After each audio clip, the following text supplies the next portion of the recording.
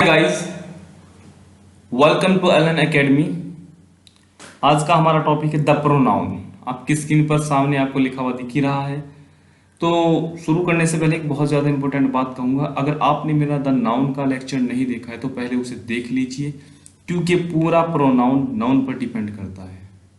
ठीक है। और शुरू करने से पहले आपकी तरफ से लाइक और सब्सक्राइब बनता है। अगर सब्सक्राइब अभी तक नहीं किया है तो कर दीजिए, और कोई एक्सपेक्टेशन ज़्यादा नहीं है हमें आपसे।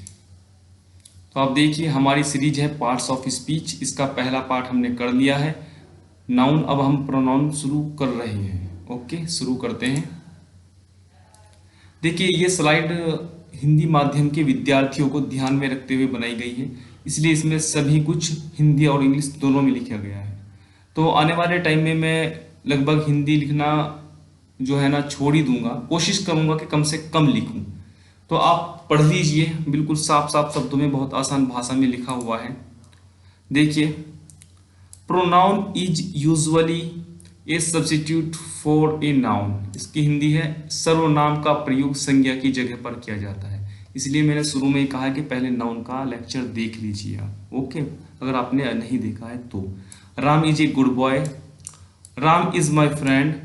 Ram's father works with my father. अब देखिए दूसरा sentence, Ram is a good boy, he is my friend, his father works with my father. दोनों सेंटेंस सेम है, दोनों वाक्य बिल्कुल एक ही है, बस कुछ शब्द बदल गए हैं। जैसे यहाँ राम था, यहाँ पर ही हो गया। यहाँ राम फादर था, यहाँ पर हिज फादर हो गया है।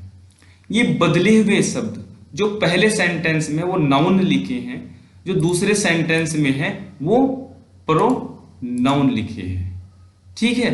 तो देखिए, मतलब हम कह सकते हैं कि नाउन की जगह पर जो शब्द यूज किए जाते हैं, ताकि जो नाउन है, जो नाम है किसी चीज का, वो बार बार रिपीट ना हो, उसकी रिपीटेशन को कम करने के लिए हम प्रोनाउन का इस्तेमाल करते हैं। देखिए, ये तो एक लेखक के द्वारा लिखे गए नोट्स हो गए। अब हम दूसरे लेखक के द्वारा लिखे गए बताई गई चीजों को देखते हैं, जो कि फॉरेनर, विदेशी राइटर ने लिखा है।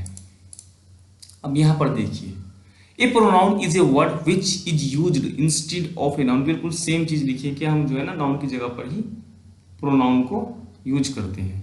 ये कुछ एग्जांपल्स है वही जो मैंने अभी बताया उन्हीं में से। देखिए, यहाँ पर एक बहुत इंपॉर्टेंट चीज लिखी जो मैं पीछे बोली थी, a pronoun is used instead of a noun to avoid. यहां से ये चीज देखिए, to avoid repetition of a noun in an essay. मतलब कोई ऐसे हो, स्टोरी हो, पैराग्राफ हो, कोई हो यार, कोई चैप्टर हो, कोई न्यूज हो, नो प्रॉब्लम, उससे डिपेंड नहीं करता है उस पर। ओके, तो यहाँ पर एक छोटा सा पैराग्राफ दिया गया है, जिससे हमें और ज्यादा क्लियर हो जाएंगी चीजें। David is an 18 years old boy. He lives in a small village. He loves the people of his village. He always helps the poor people of his village. यहाँ पर ऑफ छूटा हुआ है, ऑफ आएगा यहाँ पर। Okay, he studies biology. He wants to become a doctor to provide medical services to the people of his village. Okay, यहाँ पर देखिए ऑफ यहाँ पर हुआ है। तो इसमें आप क्या नोट करते हो? इसमें यही नोट करेंगे हम। देखिए, जो अंडरलाइन हुआ है यहाँ पर, ही को अंडरलाइन किया गया है। यहाँ ही है, यहाँ ही है, सॉरी आगे बढ़ गया, नो प्रॉब्लम। देखिए, यहाँ पर भी ही है, यहाँ पर भी ही है, यहाँ पर भी है। तो यहाँ पर 5 जगह पर ही लिखा हुआ है। इन 5 जगह पर हम डेविड भी लिख सकते, तब भी कोई प्रॉब्लम नहीं थी, लेकिन थोड़ा अच्छा नहीं लगता है। ओके, तो जब हम किसी के बारे में बात करते हैं तो फर्स्ट में उसका नाम दे करके बाद में जो शब्द उसकी जगह पर यूज करते हैं वो प्रोनाउंस यूज किए हुए हैं। वो सब्जेक्ट के रूप में हो सकता है, ऑब्जेक्ट के रूप में भी हो सकता है, वो हम आगे देख लेंगे। तो यही चीज यहाँ पर इस पैराग्राफ में लिखी गई है। देख लीजिए, एक बार पढ़ देता हूँ। देखो, जो मैं हिंदी में डिस्कशन कर रहा हूँ इंग्लिश में कितना आसान है। इन द अबव पैराग्राफ, मतलब इस पैराग्राफ में, a pronoun he is used instead of noun David in the sentences. बिल्कुल उसकी जगह पर यूज किया गया है, डेविड की जगह पर ही को। The pronoun he is used to avoid the repetition of noun David again and again in the same paragraph. एक ही पैराग्राफ में उसको again and again उसका रिपीटेशन ना हो, उसको अवॉइड करने के लिए, उससे बचने के लिए, उससे छोड़ने के लिए ही हमने ही का इस्तेमाल किया है। तो सच ए वर्ड, इस तरह के शब्द ही प्रोनाउन कहलाते हैं। मुझे लगता है बेसिक अंडरस्टैंडिंग प्रैक्टिकल इंग्लिश वालों के लिए, इंग्लिश स्पीकिंग वालों के लिए हो गई है क्लियर। देखिए नाउन के बहुत सारे प्रकार हैं, कम से कम 8 से 10 हम एक एक करके अगले लेक्चर्स में पढ़ेंगे।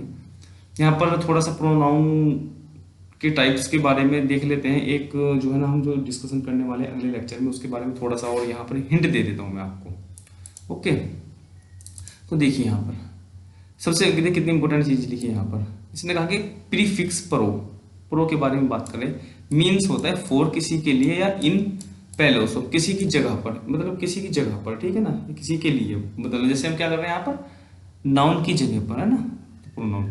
तो this lesson is about pronouns which replace nouns that refers to the people और थिंग्स। बिल्कुल जो लोगों को मतलब उसके नाम को डेविड को भी रिप्लेस किया था हिम, इस तरह से चीजों के नाम को भी वो रिप्लेस करेगा, बिल्कुल करेगा। ओके, तो पर्सनल प्रोनाउंस है वो, उसने कहा कि पर्सनल प्रोनाउन क्या क्या चीज रखता है ये देख लीजिए आप। ये बहुत बेसिक अंडरस्टैंडिंग के लिए है आपकी और बहुत ज्यादा इंपॉर्टेंट है, आपकी ग्रामर में कभी पीछा नहीं छोड़ेगी। नंबर, यहाँ पर नंबर का कुछ, नंबर की संख्या हिंदी में होती है, पर्सन का व्यक्ति होता है, केस होता है, ठीक है नहीं। तो देखिए यहाँ पर केस जो है ना, कहते हैं ना जो है आप ग्रामर में डायरेक्ट इनडायरेक्ट जो पढ़ते हैं उसमें बहुत ज्यादा इसका यूज होता है। तो यहाँ पर इनके जो मीनिंग हो ना थोड़े से अलग होंगे, तो वही मीनिंग यहाँ पर मैं आपको थोड़ा सा इस लेक्चर में बता देता हूँ। वैसे पूरा जो अच्छे से हम अगले लेक्चर में पढ़ेंगे इसको। तो दे आर सिमुलर और प्लूरल, यहाँ पर नंबर का मतलब होगा एक वचन और बहुवचन। पर्सन का मतलब होगा पर first person, is the person speaking, जो पर्सन उस वाक्य में बोल रहा है, जो उसमें करता है, कह सकते हैं हम। Second person is the person being spoken to, जिसको हम कह रहे हैं। Third person is the person being spoken about, जिसके बारे में हम बात कर रहे हैं। तो मतलब इसमें एक बात बताऊं मैं आपको, first person, second person, third person को इस तरह समझ सकते हैं, पहले मैं फिर तुम फिर वो, पहले मैं तुम और वो, यार पहले हम और तुम्हें और सब बाद में है भाई। ओके, तो पहले मैं और तुम्हें उसके बाद वो, ठीक है ना। तो कोई प्रॉब्लम, जैसे कि अगली स्लाइड में देखेंगे। तो केस से क्या मतलब होता है, केस क्या है, डिटरमाइंस, सॉरी आगे बढ़ गया, how a pronoun is being used in a sentence, वो सब्जेक्ट के रूप में यूज किया जाता है, ऑब्जेक्ट के यूज में यूज होता है, पजेसिव के यूज में यूज होता है। एक रिफ्लेक्सिव भी और ऐड करूंगा मैं टेबल में उसमें, क्योंकि वो डायरेक्ट इनडायरेक्ट में काम आता है काफी। तो वी विल गो ओवर, मतलब मैं इस चीज को अगले लेक्चर में, अगले लेसन में डिस्कशन करूंगा।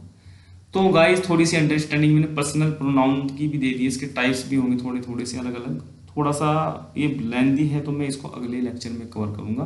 वैसे मैं इसके सभी टाइप्स को या किसी लेक्चर में 2 से 3 टाइप्स को डिस्कशन करूंगा, तो उसके 3 से 4 लेक्चर रिकॉर्ड हो सकते हैं। ओके, तो थैंक यू वेरी मच। बहुत छोटा सा आपका ये लेक्चर रहा है और मुझे लगता है कि आपकी अंडरस्टैंडिंग नाउन को लेकर बहुत ज़्यादा आसान हो गई है।